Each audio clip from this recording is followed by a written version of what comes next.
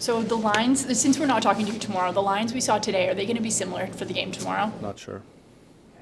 We didn't see Ridley Gregg or Linus Allmark. Do you have an update on those players? Maintenance day, we'll see how they are tomorrow. For the maintenance days? Ridley has fighting a little bit of an upper body injury. We'll see how he is. Yeah. What has to be different in tomorrow's game from what you saw yesterday? Well, we got to be better with the puck. And by better with the puck, I mean, a lot of times people think that means just not turning it over, not dumping it in. I think we got to connect, make more connections with our passes to create more offense. We've also got to be a little bit smarter with it at times, but also when we are putting a puck behind the defenseman, making sure that it does get behind them and we don't turn it over inside the blue line. So it's a combination of our play with the puck, I think, needs to improve overall from last night. Tim said he felt like you didn't get those grade A chances. And just building on what you just said, is it as simple as trying to crash closer to the net? Like, how do you create more of those? I don't think it's, I don't think you just mindlessly go to the net. There's a time and place that you do need to have a net presence. I think we can do a better job of getting pucks through from the point, but I also think we can do a better job of hanging on to the puck at the right time as well, not throwing it away. How much of that maybe, you talk about Tim Stützle, he's played really well, that line's played really well, that maybe the other lines haven't as much. When you have a line like Brady, Tim, and Giroux going, but other lines, do you think about mixing and matching to get it, or what's that? I always think about mixing and matching, but I think it's a little bit early in the year. I know everything isn't just based on goals either, as far as scoring goals and production. Sometimes you can have a real good offensive night and not score.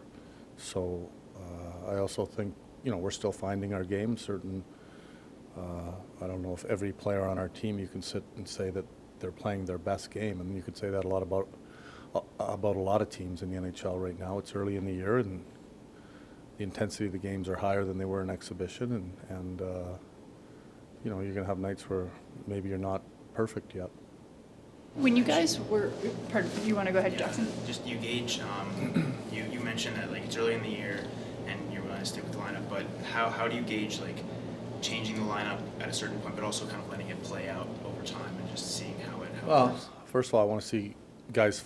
Sometimes you change a line once a guy is already playing well and you don't like how it looks, or sometimes you change a line and the certain player isn't up to speed yet, so it's not going to work. So there's a lot that goes into it. We had one minor change from game one. The lines didn't change drastically, but we'll sit on it. We think about it every day as coaches, the lines. When you guys, last night, when you said you were down 3-0, you said there was a run and gun style and you felt you saw some immaturity. How do you address those kind of things early on to make sure they don't become habits? I see that a lot in teams when they get down 3-0. Sometimes that takes a lot of time to change.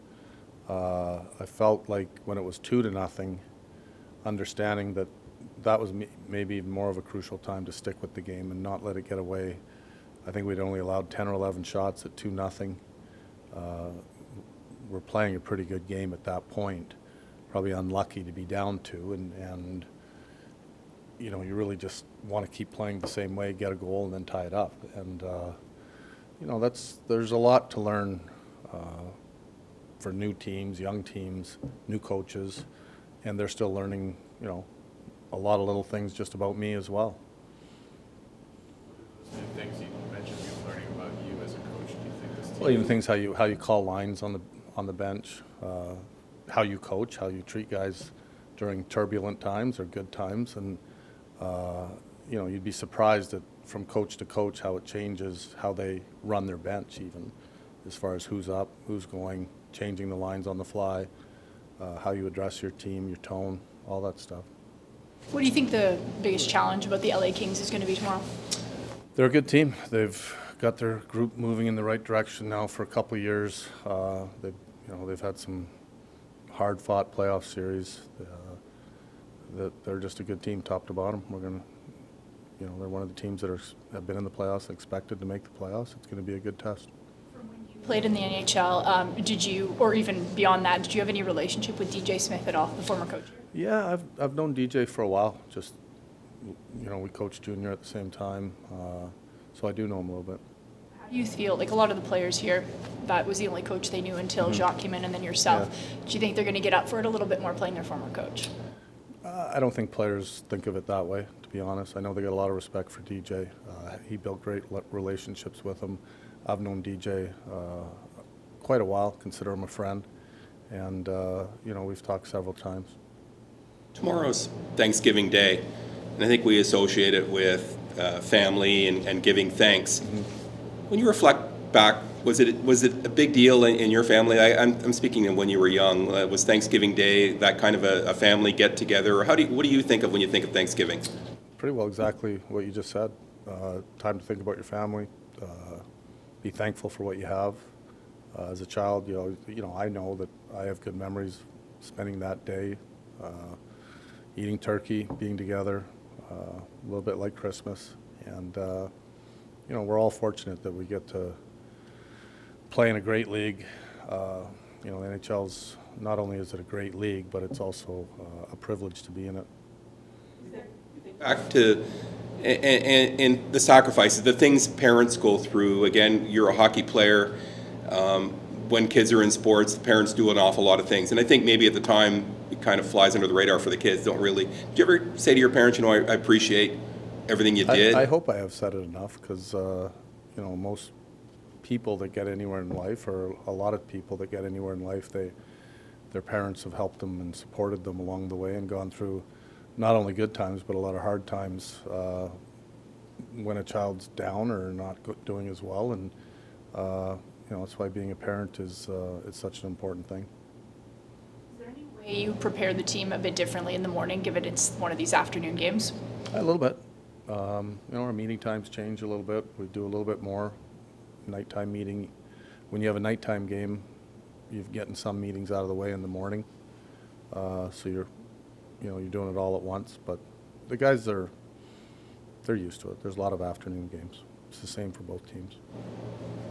So first of all, just from last night's game, do you take anything from that to move forward, or is it just kind of wash it down and move on to tomorrow afternoon? Win or lose, I feel like you always got to take something from the game. We didn't play our best. We had some pushes here and there, but at the end of the day, we didn't execute to our full potential. So we'll learn from that. And I guess going into tomorrow, just what's the goal to achieve for tomorrow to try and bounce back? And is it kind of good that you guys have an afternoon game to just kind of have that opportunity to bounce back? Yeah, that's the nice thing. There's always another game. So we had a great practice today, and we're feeling good. So we lose game 2. It's not the end of the world. We're still very confident in this room. So excited to play tomorrow. I wanted to ask you about the power play, and you're on that top unit, a lot of skill on that top unit. Just throughout the year, how much adaptation or changes are made to that unit to try and break through and make it as good as you can? Yeah, you're not going to be hot for all 82 games this season, so shows last night. We had a lot of looks and stuff, but just couldn't put in the back of the net. And I feel like we have guys that can filter in and out of that unit. That's the beauty about our team is our depth. So hopefully we'll turn the page tomorrow, but we'll see what happens. And just you kind of talk, you're not going to be hot for 82 games. Just when you face that adversity, how do you not let that frustration maybe on the power play boil over and just understand you have to get back to the basics, I guess, to a certain extent? Yeah, whether you score or not, you're trying to build momentum for the next shift. So we had a ton of opportunities, like I said last night, shots just didn't go in, but tomorrow hopefully do the same thing, whether we score or not, just build momentum for the next shift. Awesome. Thank you, Jake. Yeah, thanks. Just how's it been with Lena so far in developing that chemistry? How important is it to develop a chemistry between a tandem, or is it more kind of an individualistic thing? It's been awesome so far. It's very interesting watching him play. We played together 12 years ago, and he's changed a lot in his game, and there's things I for sure have already learned from him, and that he's picked up for his throughout this journey while I haven't been around with him. So it's cool to see and see how he does it every day for me to pick up some few things that might work in my game and get better. And how much is, like, you have Eric Peters who played in the NHL as well with you guys, just how much cohesion goes into discussing the game and talking about the game, and then how much do you kind of take from that to tweak your game as the year goes along? Well, obviously, he's been around.